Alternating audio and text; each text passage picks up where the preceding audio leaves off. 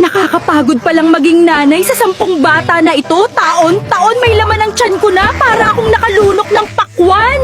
Hala, buntis na naman ako. Taon-taon na lang ako umiiri. Ang sakit na uulit naman ako. Pang 11 ko na to, Lord. Daming blessings.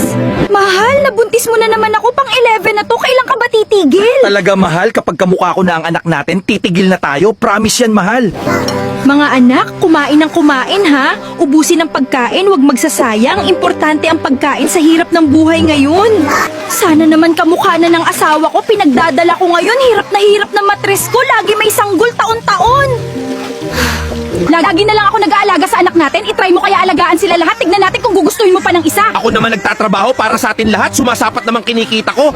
Last na to ha. Ayoko na kahit kamukha ko pa to. Last na to. Huwag mo sabihin yan, mahal. Blessings yan ni Lord. Eto na po ang triplets nyo. Bihita po ang nanganganak ng 3. Hala, 3 pa dumagdag. Pagod na ko. Daming blessings. Tignan mo, mahal. Kamukha ko ang triplets natin. Ang galing. Mabuti naman ngayon, titigil na tayo ha. Tama na, punong-puno na ang bahay. 13 na anak natin. Ang cute naman ng mga anak ko. Kamukhang kamukha ang daddy nila. Sana lumaki na kayo lahat para ako naman alagaan nyo. Kapagod eh. Napagod si mami nyo ngayon. Matulog na tayo lahat kasi bukas gagala tayo. Kaya matulog na ha. Huwag iistorbohin si mami. Maiiwan kayo. Sige kayo. Ang hirap pala gumala sa mall. Nakasama sila lahat. Kadami natin. Napuno natin yung jeep. Okay lang, mahal. Masaya naman eh. Banding to.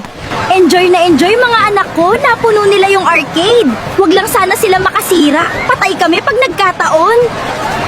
Galing ko talaga, naka-13 ako, lakas ko, tulis. Ikaw kung napanood mo talaga ang video, ilang ang kamukha ko sa mga anak ko, i-follow at i-comment mo ang sagot.